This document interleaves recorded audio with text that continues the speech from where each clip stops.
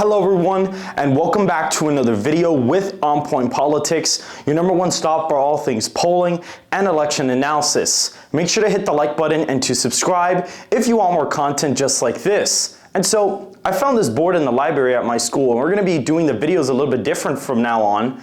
You know, this is not publicly, rentable, so it's not a guarantee, but I'm going to try to record as much videos like this as humanly possible. And so we have the electoral map on the screen here, and as you guys have seen in my previous videos, I am forecasting a pretty big Trump win. As you can see here, this is the Joe Biden victory map from the last election where he won 306 electoral college votes. He won Wisconsin by an extremely narrow margin. It was practically a tie.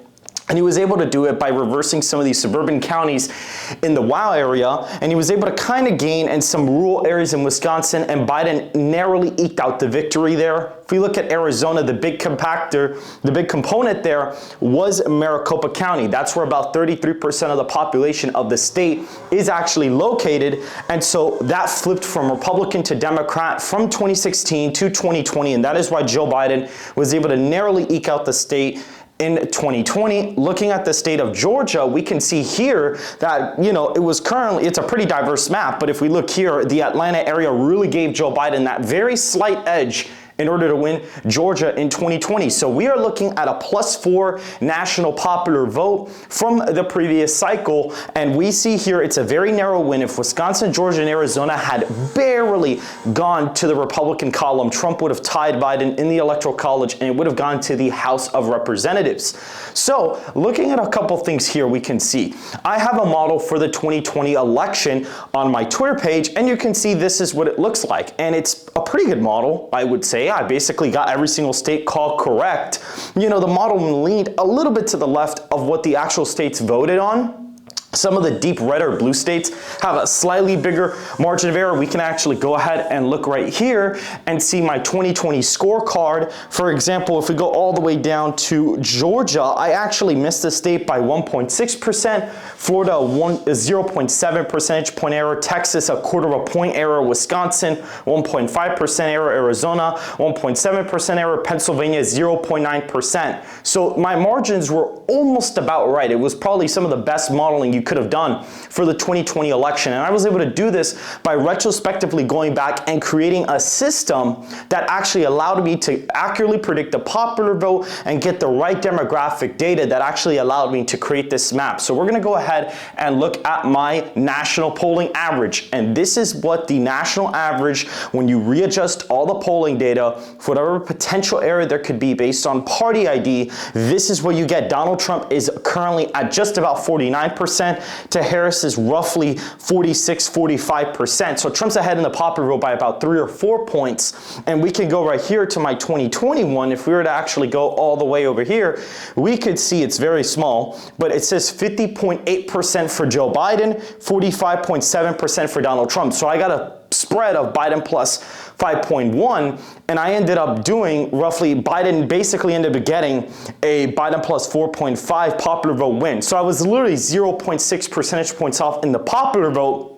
And that actually allows me to accurately predict the presidential election with my latest model from the 2020 cycle. If we go all the way over here, we'll be able to see the state margins that I currently have right now. And we're going to go ahead and talk about the map because there's a lot of interesting things to look at here. We have a lot of polling data from 538. Now, 538 is sort of a site that's meant to be a propaganda tool for the left. It's not really an accurate aggregator anymore. They take a lot of polls and they kind of skew them a certain way. But let's look at the national level. They have Harris +3 at the national level.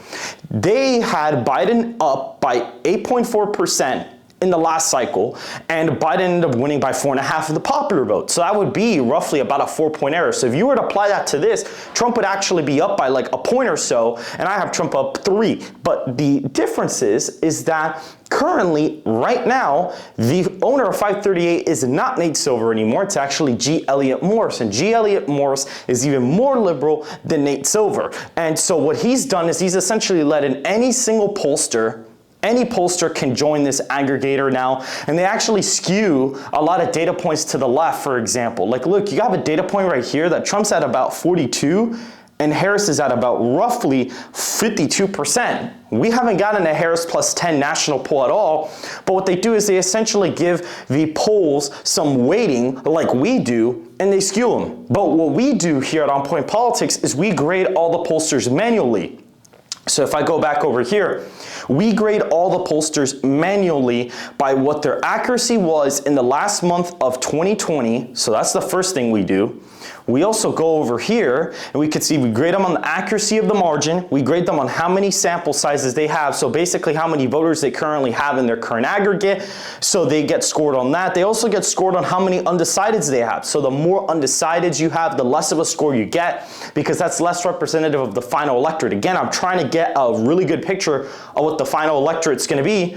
And I also give extra points for a likely voter screen. So if you're a likely voter screen, you get more points than a registered voter screen, because likely voter screens track voters that are technically more likely to come out. The name is, it's sort of self-explanatory. So when they get a score, they get weighed in here, and essentially the final average gets created, and this is how I get this graph that I have over here. So that is basically how that works. And we're gonna go over here and look at this map, and we're gonna start looking at the other electoral college map. And what's pretty interesting about this one is 538 actually created something pretty cool. They made this new kind of a model here where you can basically pick a state and lock it for a certain candidate. And if you want to say, okay, let's say Trump gets Georgia, right? So let's say he gets the state of Georgia. At that point, his chances in Arizona, Nevada, and in Pennsylvania are a lot better than they would have been without locking the victory in Georgia. And the problem for Kamala Harris is I basically already have Trump at 297 electoral college votes, with the states that are going to be decided by over 5 percentage points. So we're going to give Nevada to Trump, we're going to give Arizona to Trump, Georgia to Trump, North Carolina to Trump, Pennsylvania to Trump, and the state of Wisconsin. Once we do that, what's very fascinating is we actually get a map that's very similar to mine. We get Minnesota in the red column, which is I currently have it as a tilt Republican state. Again, it could kind of fluctuate. Maybe it's not tilt Republican, but that's technically where I have it right now. Nevada, Arizona, Georgia, North Carolina, Pennsylvania, Wisconsin are all decided by over 5 points in my model, and so I leave them in the solid column. Michigan leans red, and New Hampshire, Virginia, New Mexico are currently in the toss-up category. And funny enough, if we go over here to my electoral map, if we go over here, let's go ahead and find the model over here. So we're gonna have to go to the model here right now. If we check this and we look at the margins in some of these states, so let's go ahead and, all right, so we have it about right over here. If we go over here and we look at all these states, we can see that right now in Minnesota, we currently have it as a red state. We have Nebraska second, technically as a toss-up, it's a toss-up right over there. We also have New Mexico as a 3-point win. That's in the toss-up category over there. If we look at Virginia, 2.5-point win for Kamala Harris. It's also a toss-up over there. So funny enough, when you give Donald Trump those states that I currently have him winning by over 5 points, he is technically more than likely going to be the favorite in Minnesota, and would also be, in the toss-up category in some of the deeper blue states. And so if, for example, let's say we go ahead, this is why Kamala Harris is in such a bad spot.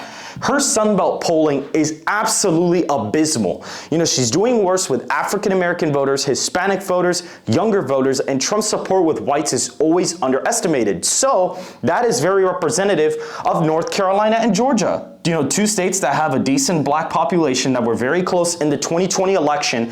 And right now, if you look at 538 in RCP, Donald Trump is outperforming those aggregates by 5 to 6 points, meaning that the popular vote could go from Biden plus 4.5 to Trump plus 2.5, depending on how the election day basically goes.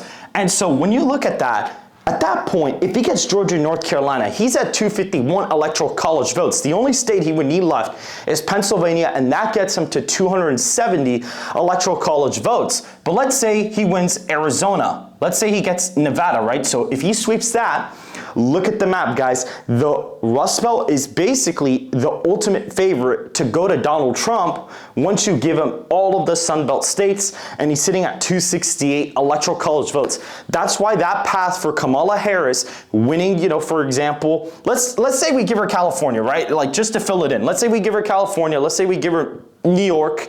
Let's say we give her Washington, Massachusetts, Vermont, Maryland. Let's say we give her, even if you give her those, even Oregon. Let's say we give her Oregon, we give her Illinois. Even when you give her those, Trump is still the favorite to win the Rust Belt states once he sweeps Nevada, Arizona, Georgia, North Carolina, because again, the mainstream media will not tell you this. Steve Kornacki will not tell you this, and no one else will. But when usually one of the candidate wins one of the major swing states, they usually take a lot of the swing states with them. When the candidate wins the election, more than likely, the candidate wins most of the swing states.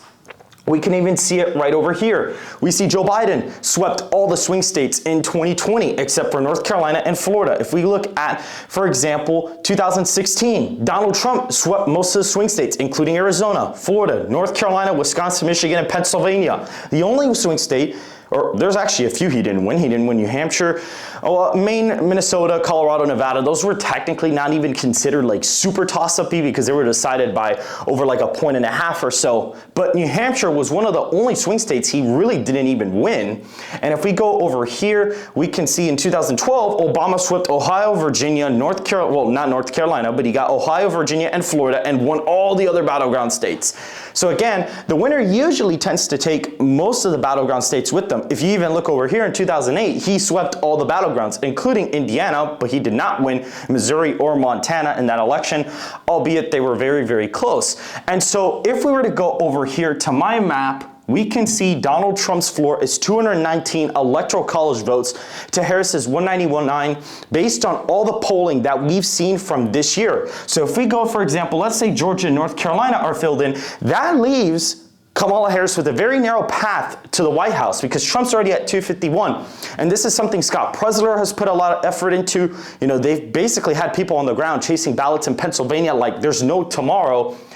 If Pennsylvania goes, that's it. The election is over and Trump is at 270 electoral college votes. So right now, Harris being down in the state of Pennsylvania is really bad for her prospects in the election. What they're hoping to happen is they want to get New Mexico, a state that's historically been pretty blue. It voted for Bush in 2004, but the polling there with Biden wasn't looking very great, and Harris is still underperforming Biden's margin. But let's give her New Mexico, let's give her Virginia. It's become a blue state, but however, it's gotten a lot closer, and we'll fill out the map again later on in this video once I do my official forecast. If we look at New Hampshire, that's been blue. Maine at large, again, they're going to be closer, but let's say for the sake of this, those are blue, right? And let's give him Arizona and Nevada like I did in the other screen. He's at 268. He can win with any of the Rust Belt states, including Nebraska's 2nd congressional district up there in Nebraska, where Donald Trump would be tied at 269. It goes to House of Representatives. He more than likely gets elected through the House of Representatives. And so looking at that, she's got a very narrow path and she's not polling well with diverse voters. I mean, the new Telemundo poll just had Donald Trump trailing Kamala Harris with Hispanics by only 14 points. Joe Biden won that group by about 33 points or even more than that. He probably won them by like 36. So that's half the margin. A lot of those voters are concentrated in Florida, Texas, Arizona, and Nevada, and even some parts of North Carolina and Georgia. And so she's struggling with those groups. She's not going to be able to win the Sun Belt at all, and that leaves her with the Rust Belt. And the problem is she's banking on older, richer, suburban white voters to get her across the finish line in Wisconsin, Michigan, Pennsylvania, and Nebraska 2nd. That gets her to 270. But the problem is Donald Trump is currently tied in the Pennsylvania aggregate, the same aggregate that's underestimated quite a bit in the earlier amounts. Now, what's very interesting is these people like to go, oh, the RCP polls are actually pretty accurate. Yes, because the polls herded at the end. A lot of pollsters tend to give Trump a boost towards the end of the cycle to maintain some credibility, if any. But right now, Donald Trump is tied in some of the battlegrounds, or he's even up in some. and he's only down 2 nationally. And the problem is Donald Trump in October always catches up. Whether it was Hillary or Joe Biden, he always catched up at the end of the cycle. And so the problem is Kamala Harris isn't in a really good spot right now to be in that position. I mean, she's really not. Currently in my forecast, all the states that are in the toss-up category, essentially right now, the forecast is Wisconsin a 6-point win for Donald Trump, Pennsylvania about a 6-point victory there too, North Carolina 7 to 8 point win, Georgia about 7 or 8 points, maybe 6, Arizona about 6 or 7 points, Nevada about a 5 to 6 point win for Donald Trump. That already gets him to 297. Then you add Michigan in the 3 to 4 point win column. You also have currently, that is the only lean state for Donald Trump. Minnesota barely falls in the tilt Republican column in the latest forecast. New Mexico at about a 3-point victory. Virginia is about a 2.5 point win. If we look at New Hampshire, it's very, very close, very competitive, but is narrowly going in Kamala Harris's column. Maine at large is in the lean Democrat column. And if we go over here just to check the margin, in Nebraska's 2nd congressional district, it is a 1.5 point win for Kamala Harris. That district has been trending to the left. The polling there has gotten really bad for Trump, actually. She's actually polling better there than even some of the swing states, which is pretty hilarious. And so that's kind of where we're at. And remember, guys, this was my 2020 map. I basically created a model that essentially allows me to predict the 2020 election with back-tested accuracy, and I'm doing the exact same thing right now. I'm creating my own polling averages, which I did them for the swing states in 2020, and got pretty close. In the new map, we've also done that as well. On this map, we had the Atlas Intel demographics inputted into the data, and that got us a pretty accurate 2020 map as well. And we also have something called the nonpartisan leaning of all the states. A lot of people don't really know what that is, but it'll be cool to explain it here. If we go to copy, let's go see if it'll do it. We can go over here. I don't know why it's not doing it, but okay. So either way, what it is essentially you tie the popular vote and you get all the partisan leanings of every single state here. And so Wisconsin, for example, would be voting like 3 points to the right of the country. So you would get that for every state, and you track the trend of that from 2000 to 2020 for this matchup, and you go ahead and you basically find the average shift from those 5 cycles, and you apply that to the 2020 numbers, and you get an estimated nonpartisan leaning of every single state, and you apply your current national aggregate to that, and that should also be a part of the model as well. And so when we combine and average out those 3 columns, this is the map we get for the presidential election. If you guys really want to know, some of the other categorizations, currently Texas is a plus 15 state because Trump is improving with Hispanics by so much. The model is really picking up a stellar performance for him. Florida, he's winning by about 11.5 points, which I think it may be a little bit higher than that depending on how turnout is.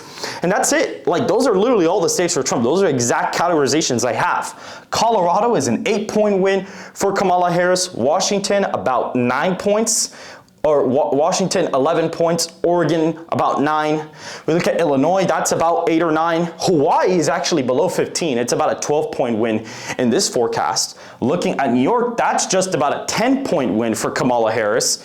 Connecticut, New Jersey, Delaware, and Rhode Island are all in the likely Democrat column. And so that is what the current electoral map, based on my latest forecast, looks like as of right now. And again, we'll see if I'm right. I mean, I was able to create something pretty good in 2020.